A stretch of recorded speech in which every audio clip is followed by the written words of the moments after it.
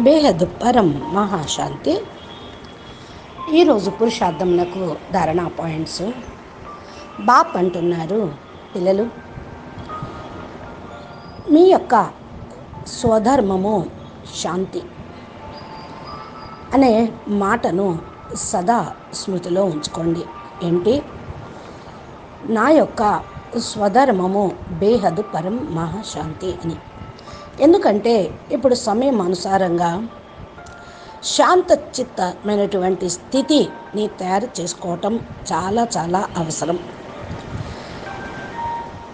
ఎందుకంటే వాక్కుకు అతీతమైన ప్రపంచంలోకి మనం వెళ్ళాలి. అనగా అవ్యక్త ప్రపంచంలోకి, మూల స్థానంలోకి, బేహద్ స్థానంలోకి వెళ్ళాలి. సూక్ష్మవతనంలోనూ మూలవతనంలోనూ బేహద్దు స్థానంలో ధ్వని అనే మాట లేనేలేదు.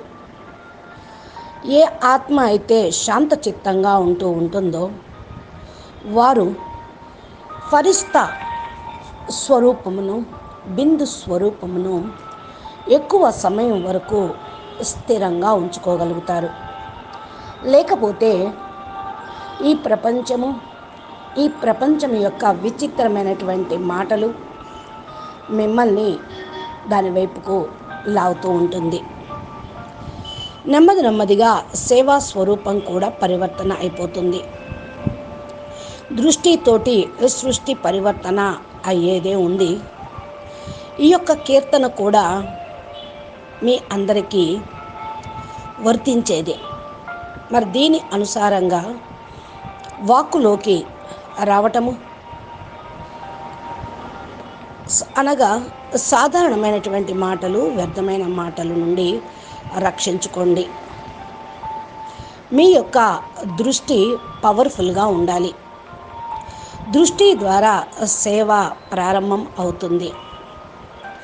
ఇప్పుడు పిల్లలైనటువంటి మీరు తమ వాక్కు పైన అటెన్షన్ పెట్టుకోవాలి.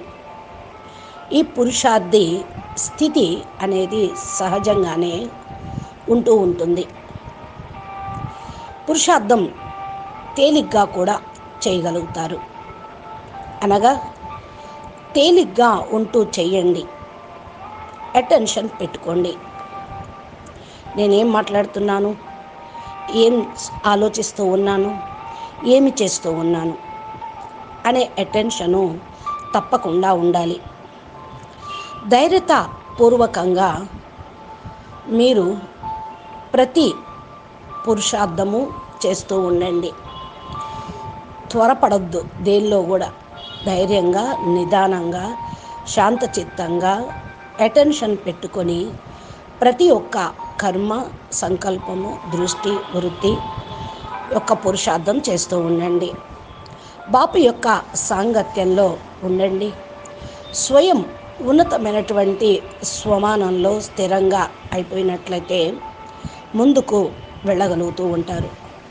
సఫలత పిల్లల యొక్క జన్మసిద్ధ అధికారము అని కనుక మీరు అటెన్షన్ పెట్టుకొని పురుషార్థం చేస్తూ ఉంటే సఫలత అనేది మీకు తప్పకుండా లభిస్తుంది. ఇది తథ్యం. పరం మహాశాంతి. బేహద్